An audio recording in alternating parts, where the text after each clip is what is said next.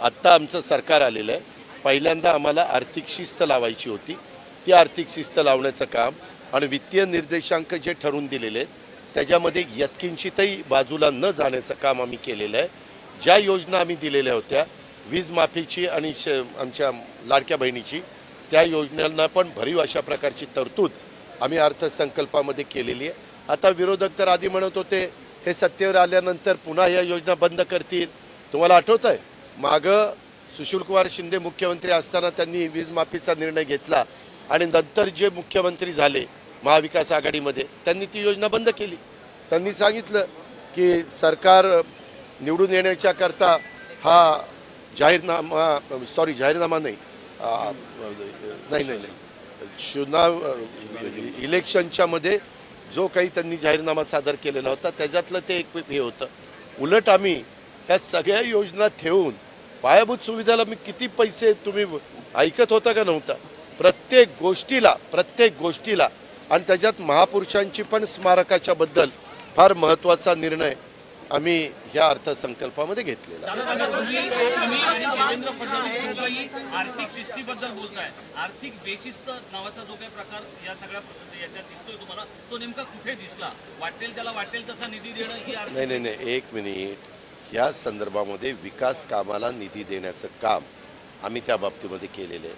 तुम्ही बघितलं नीट जर तर अर्थसंकल्पाचं पुस्तक वाचलं, अर्थसंकल्प वाचला तर तुम्हालाही ते लक्षात येईल की हे सगळं उद्याची 25 वर्ष डोळ्यासमोर ठेवून, आत्ता आम्ही उद्याची 5 वर्षच डोळ्यासमोर ठेवून त्याचं सगळं नियोजन केलेलं आहे.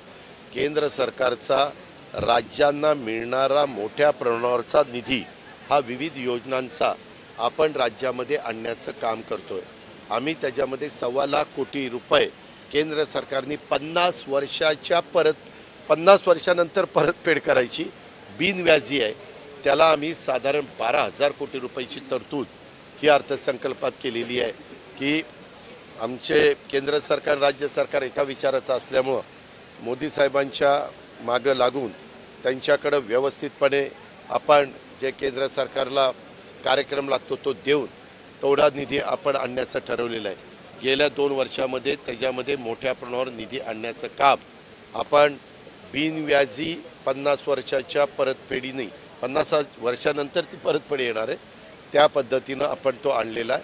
अशा प्रकारे वेगवेगळ्या योजना केंद्राच्या पण ह्या आपण आपल्यामध्ये घेऊन आपल्या राज्याच्या योजनेचा सपोर्ट त्याला देऊन आपण हा 7,20,00,000 कोटीचा अर्थसंकल्प.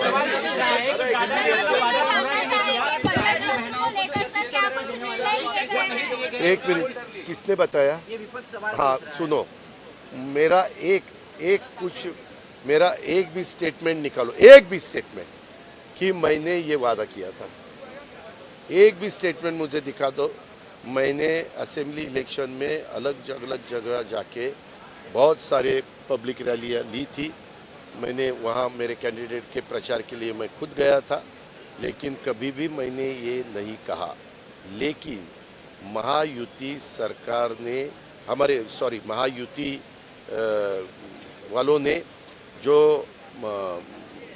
जाहिरनामा दिया था उसमें ये था, ये सही है. उसके बारे में हम सोचकर आगे जा रहे हैं. हमने कभी डिनाई नहीं किया है.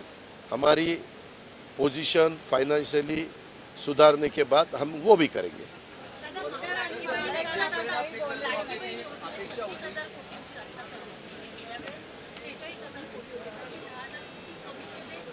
आपल्याला एक गोष्ट माहिती आहे, मागच्या वेळेस मी जुलैमध्ये अर्थसंकल्प सादर केला होता पावसाळी अधिवेशनामध्ये, त्याच्यात ते जाहीर केलेलं होतं. आता माझ्याकडं पावसाळी अधिवेशनला पुरवणी मागण्या देता येतात, मला डिसेंबरला पुरवणी मागण्या देता येतात.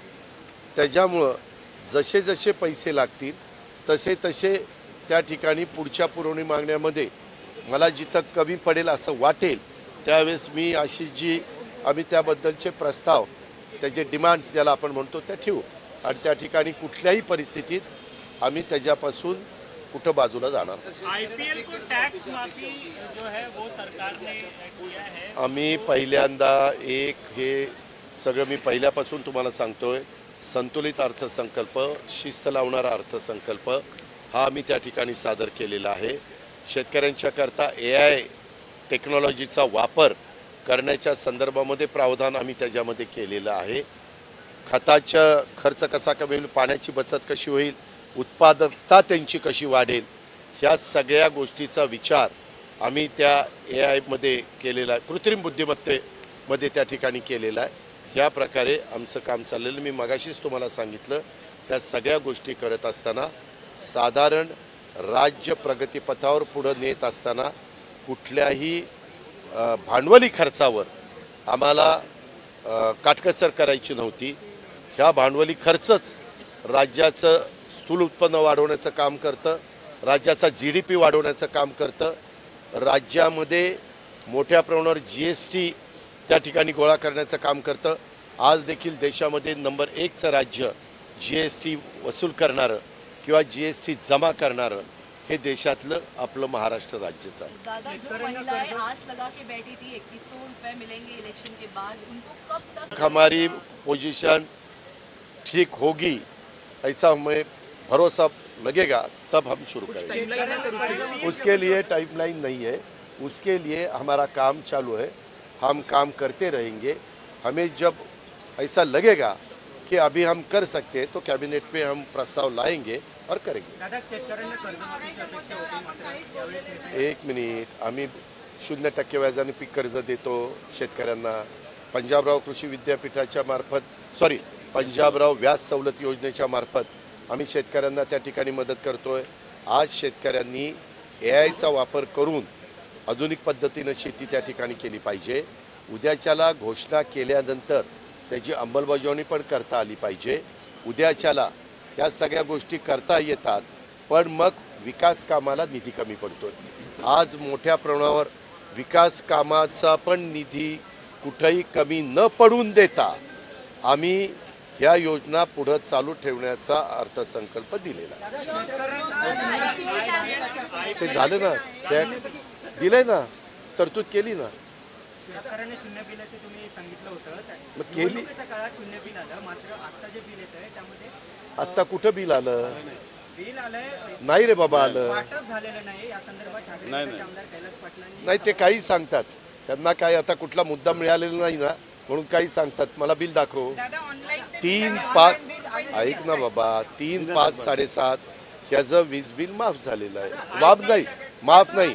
राज्य सरकार स्वतःच्या तिजोरीतनं शेतकऱ्यांचे जवळपास 17 ते 17.5 हजार कोटी रुपये हे महावितरणला भरत असतात. दादा, जे मार्च 2024च्या पूर्वीची थकबाकी आहे ती वसूल केली जाणार आहे का नाही केली जाणार आहे, ती वेळ केली अहो, मागेच सांगितलेलं आहे की हो, राज्याच्या मुख्यमंत्र्यांनी त्यावेळेस ऊर्जा खातं त्यांच्याकडेच होतं, आजही त्यांच्याकडे आहे. त्यांनी स्वतः सांगितलेलं होतं मागचं बिल मागणार नाही, पुढचं बिल द्यायचं नाही, अशी स्वतः घोषणा केलेली होती. दादा, छत्रपती संभाजी महाराज स्मारकाची आपण घोषणा केली. 10 वर्षापूर्वी असं शिवाजी महाराजांच्या स्मारकाची घोषणा केली. त्याचं पुढचं काम आहे. हो का? ऐका. हे स्मारक कधी पण हा, ऐका.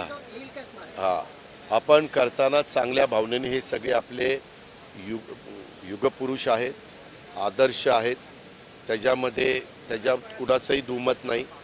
पण जिथं शिवाजी महाराजांचं स्मारक करणार होते अरबी समुद्रात, त्यामध्ये जो काही बाकीच्या गोष्टी असतात तिथं सुप्रीम कोर्टामध्ये काही ती मॅटर आहे.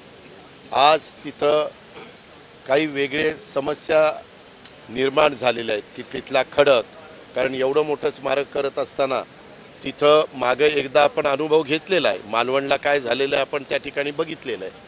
आता छत्रपती संभाजी महाराजांचं वडू आणि तुळापूर शिरूर तालुक्यात इथं समाधीचं आणि स्मारकाचं काम चाललेलं आहे 350 कोटी रुपयाचं. आत्ता पत्रकारांनी एक गाडी घ्या आणि तिथं जाऊन बघा, काम जोरात चाललेलं आहे. माझं स्वतःचं तिथं बारकाईनं लक्ष आहे, कारण मी त्या जिल्ह्याचा पालकमंत्री आहे. आणि त्यामुळं एक योद्धा कसा असावा, एकही लढाई न हरलेला राजा हा कसा असावा, त्याच्यामध्ये स्वराज्याचं रक्षण करणारा हा राजा छत्रपती कसा असावा, ह्याचं मूर्तिमंत उदाहरण म्हणजे छत्रपती संभाजी महाराज आहेत. आणि त्याच्यामुळं तिथं स्मारक चाललं आहे. आता महाराजांना जिथं वेगळ्या पद्धतीनं फितुरी झाली, काही लोकांनी फितुरी केली आणि औरंगजेबाची नेमकी एक टीम तिथं आली, ती संगमेश्वरला आली, रत्नागिरी जिल्ह्यात. तिथं जिथं त्यांचं वास्तव्य होतंय तो परिसर आपण ताब्यामध्ये घेऊन तिथल्या लोकांना विश्वासात घेऊन तिथं अतिशय छत्रपती संभाजी महाराजांच्या नावाला साजेचं स्मारक हे राज्य सरकारने करायचा निर्णय या अर्थसंकल्पामध्ये केला. अरे तू काय असं गेलं की वीट लावली की स्मारक होत नाही. म्हणूनच मी तुला सांगितलं की तू आत्ता तुळापूर आणि वडूला चल, तिथं काम किती दर्जेदार चाललंय ते बघ. ते हेरिटेज दगडी काम आहे, नेवासामधनं दगड आणला जातोय, इतकं अप्रतिम काम चाललेलं आहे. ऐक जरा, आता इथं आपल्याला खडकचा प्रश्न नाही आहे, समुद्रामध्ये जो काही भाग आहे इथं जे स्मारक करायचं आहे ते जमिनीवर करायचं आहे. आता जर तिथं पाया लवकर लागत नसेल तर पायलिंग घेता येतं. असे वेगवेगळी टेक्नॉलॉजी बांधकामामध्ये आहे, त्याच्यामुळं ह्या स्मारकाला विलंब लागणार नाही. ते स्मारक अतिशय देखणं सगळ्यांना एक अभिमान वाटेल असं, आणि ज्यांना म्हणजे आता छावा चित्रपटामुळं महाराज कसे होते ते देशाला कळून चुकलेलं आहे आणि त्याच्यामुळे अनेक जण तिथं आता जायला लागलेले आणि त्याच्यामध्ये आम्ही खूप चांगल्या पद्धतीचं स्मारक तुम्हालाही त्यावेळेस बघितल्यानंतर अभिमान वाटेल आणि आनंद वाटेल असं स्मारक. औरंगजेबाची कबर महाराष्ट्रातून बाहेर दादा, औरंगजेबाची कबर एक एक दादा अगं थांब, तिथे बोलतात ना का काय, लाडक्या बहिणी फारच जोरात यायला लागले. हा ऐका ना, त्यामध्ये आता जॅकेट कुठलं घालायचं, मागच्या वेळेस तसंच होतं, पुन्हा तेच घातलं तर काही न वाटायचं यायला ह्याला दुसरी जॅकेट आहेत का नाही. म्हणून आता तुम्ही आता आठवण करून दिली म्हणून मी ज्यावेळेस रिप्लाय देणार आहे, आता उद्या आणि परवा अर्थसंकल्पावर चर्चा आहे, रिप्लाय देताना वरच्या सभागृहात आमचे आशिष जयस्वालजी देणार आहेत, खालच्या सभागृहामध्ये मी देणार आहे, त्यावेळेस तशा कलरचं जैकेट घालून ये. दादा, कांग्रेस के नेता विजय वडेट्टीवार का ये बयान आया है, औरंगजेब सरकार है तो वो लोग निकाल कर क्यों नहीं फेंक देते हैं, आप लोगों को किसने रोका है? अरे हे नेहमी त्यांना काय झालं, आता विकासाच्या बाबतीमध्ये काही बोलता येत नाही, त्याच्यामुळं काही पण आता बोलायला लागलेले आहेत. अर्थसंकल्पावर काही बोलण्यासारखं आहे का? आता कुणाचं कबर कुणाचं काय त्याच्या संदर्भामध्ये राज्य सरकारचे मुख्यमंत्री राज्याचे यांनी स्वतः सांगितलेलं आहे, गड किल्ल्याच्या संदर्भामध्ये त्या काळामध्ये जसे गड किल्लेमध्ये एकंदरीत परिस्थिती होती तशा प्रकारची परिस्थिती ही ठेवली जाईल असं स्वतः राज्याच्या मुख्यमंत्र्यांनी सांगितलेलं. मुख्यमंत्र्यांनी पण म्हटलं कौन सी नहीं एक मिनट, अभी इतने सारी इंडस्ट्रीज महाराष्ट्र में आ रही, दावोस में एक इतने सारे सुनो, वो इंडस्ट्री अभी नहीं गई. अभी हमारे एकनाथराव शिंदे साहब ने भी वहाँ इंटरव्यू में वो बताया कि ये पहले गई है, ये महायुति सरकार आने के बाद, उसका गवर्नमेंट आने के बाद एक भी इंडस्ट्री बाहर नहीं गई.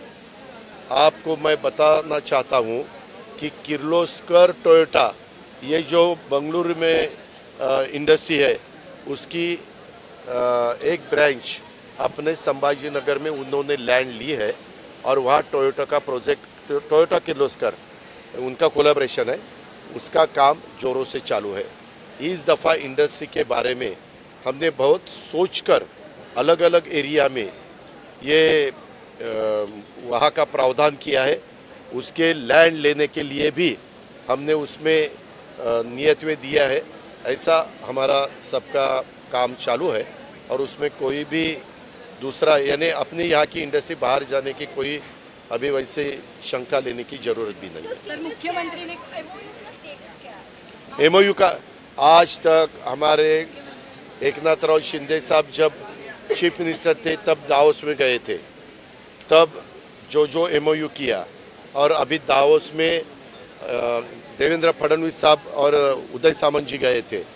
तो मेरे मालूमात के हिसाब से 16 लाख करोड़ रुपया की इन्वेस्टमेंट अपने महाराष्ट्र में आ रही है और तब की 8,50,000 करोड़ की एकनाथ शिंदे जी के ज़माने की थी, उनके चीफ मिनिस्टर में वो जब डावोस गए थे तब की है।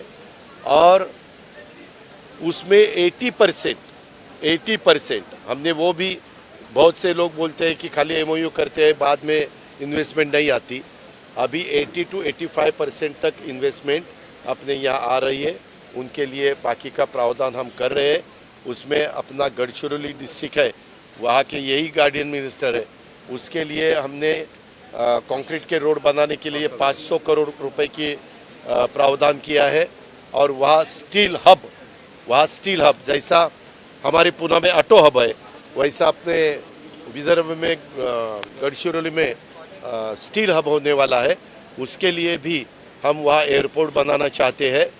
अपने महाराष्ट्र के बहुत से एयरपोर्ट, अभी नवी मुंबई का एयरपोर्ट तो मेरे ख्याल से डोमेस्टिक फ्लाइट वहाँ अप्रैल में चालू होने वाली है और इंटरनेशनल फ्लाइट उसके बाद 6 महीने के बाद चालू होगी। और वैसा ही अपने यहाँ एक बम्बई का पुराना, ये नवी मुंबई का दूसरा और तीसरा वाडवन जो पोर्ट बनने वाला है, वहाँ भी हम तीसरा एयरपोर्ट, इंटरनेशनल एयरपोर्ट करने का हमने तय किया है। उसका भी मैंने आज बजट में लोगों को बताया है कि हम ऐसा करने वाले। ऐसे सब ये 3 एयरपोर्ट इस यहाँ के, लेकिन अकोला एयरपोर्ट हो या हमारे अमरावती का एयरपोर्ट हो या हमारा शिरडी का एयरपोर्ट हो या हमारा नागपुर का एयरपोर्ट हो या हमारा संभाजीनगर का एयरपोर्ट हो या पुणे में अभी का एयरपोर्ट ये मिलिट्री का है, तो हम अपना एयरपोर्ट जैसा नवी मुंबई में बनवाया वैसा पुणे में और एक एयरपोर्ट डबल एयर स्ट्रिप वाला, एक लैंडिंग के लिए एक टेक ऑफ के लिए, ऐसा बनाने का तय किया है। और उसका भी लैंड एक्विजिशन का काम हम ही शुरू कर रहे हैं। मैंने बताया ना 80 to 85% तक दिया गया है। Okay, thank you.